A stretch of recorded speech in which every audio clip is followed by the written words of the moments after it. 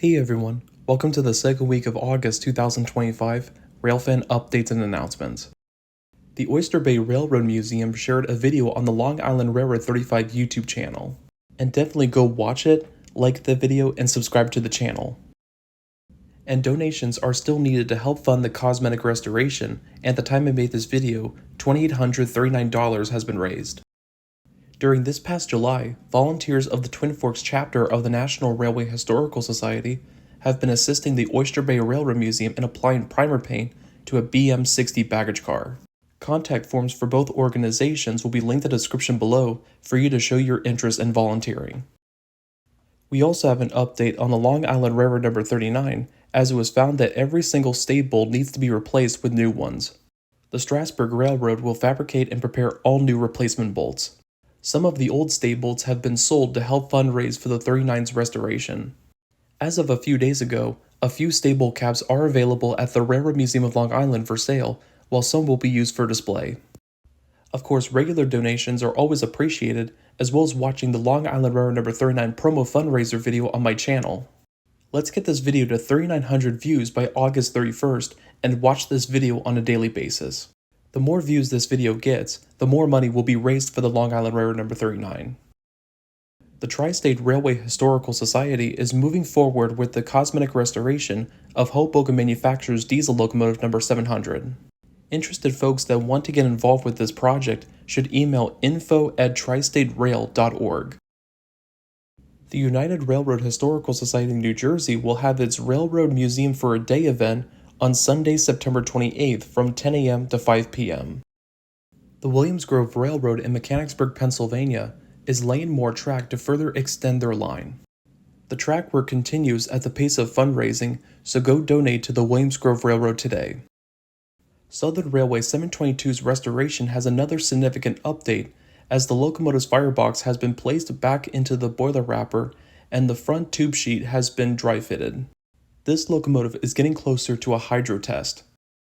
The Railroad Museum of Pennsylvania has scheduled a Ramble tour for next year, 2026. This tour will feature a tour of the Conrail Historical Society's museum and rides at both the East Broad Top Railroad and the Rock Hill Trolley Museum. And this tour is scheduled for Saturday, June 20th, 2026. And speaking of the East Broad Top, engine number 16 returned to service after some maintenance work, and more track was laid to reach the Huntington County Middle and High School. For you N-Scale model railroaders, check out the N-Scale weekend coming up at the Blair County Convention Center in Altoona, Pennsylvania on Saturday and Sunday, September 20th and the 21st. For you Pittsburgh Steelers fans, the Pennsylvania Trolley Museum in Washington, PA has unveiled the completely restored quote-unquote terrible trolley this week. And this museum is about a 45-minute drive south of Pittsburgh. Down in Virginia, tickets for the upcoming Norfolk and Western 611 excursions this fall are now on sale. Similar to the 2023 season, these trips will be round trips from Goshen to Stanton, Virginia and back. Cincinnati Scenic Railway recently completed the exterior work on former Louisville and Nashville passenger car number 3200. Also, the Cincinnati Railroad Club has some special tours coming up. On Saturday, September 6th, there will be tours of the Union Terminal Tower A that overlooks the active intermodal yard. Selfie sticks and tripods are not permitted on these tours. The Northern Central Railway received an $88,000 grant from Explore York, PA to help fund steam locomotive number 17's 1,472-day inspection. So a huge shout out to them for their amazing support. Chesapeake and Ohio 614's restoration continues nicely, as superheaters are coming out to open up the front end of the locomotive, ultrasonic thickness survey of the firebox was performed, etc. Also, for those who haven't done so yet, subscribe to RJD America on YouTube to stay up to date on this project. The South Carolina Railroad Museum needs our help to fundraise $35,000 to repaint their nickel plate caboose, seaboard caboose, and a bi-level coach. It will be awesome to raise those funds by September. Up in Michigan, the Coopersville and Marnes Railway will work on track improvement before the busy fall and holiday season. This is a good opportunity for more volunteers to come and help out. The link to the volunteer application will be in the description below. This tourist railroad is about a 20-minute drive from Grand Rapids and about an hour and 15-minute drive from Lansing. Work continues on the overhaul of Frisco 1630 at the Illinois Railway Museum. Old superheater flues were removed from the boiler.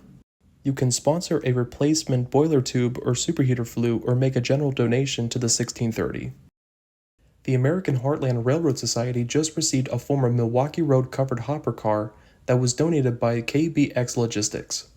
Donate to this project via their GoFundMe page to help cover the cost to transport the hopper car to its new home, and at the time I made this video, $500 has been raised. More progress continues to be made on Challenger number 3985, as volunteers Eric and Scott have done a beautiful job in restoring the shield and the builder's plates of the locomotive. A huge thank you goes out to these two for their hard work and support for rail preservation. Further out west, the Friends of the Cumbres and Toltec Scenic Railroad needs more volunteers on rebuilding boxcar number 3263. Folks can join the team during the Work Session G in Antonito, Colorado from September 22nd to the 26th. Over in California, Southern Pacific 2472 smoke box was cleaned to allow a local boiler service company to evaluate the pressure vessel, and all tubes and flues had to be replaced as part of the 15-year rebuild. Replacing all tubes and flues costs about $50,000. To make a donation to the 2472, select the Steam Fund in the donation form before sending your donations.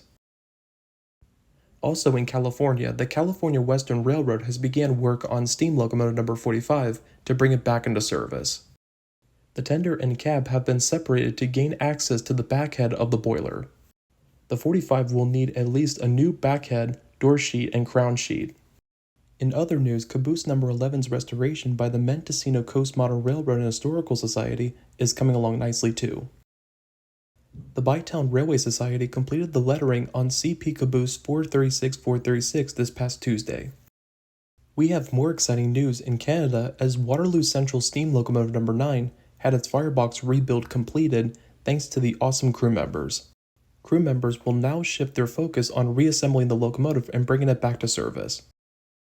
Last but not least, a petition was made to save Japanese National Railway 9667 from scrap. And this petition needs at least 1,000 signatures before September to save it from scrap. Thank you all so much for watching this video and showing your continued support for this channel and for rail preservation. Don't forget to click on the links below in the description to learn more, buy your tickets, sign a petition, or donate.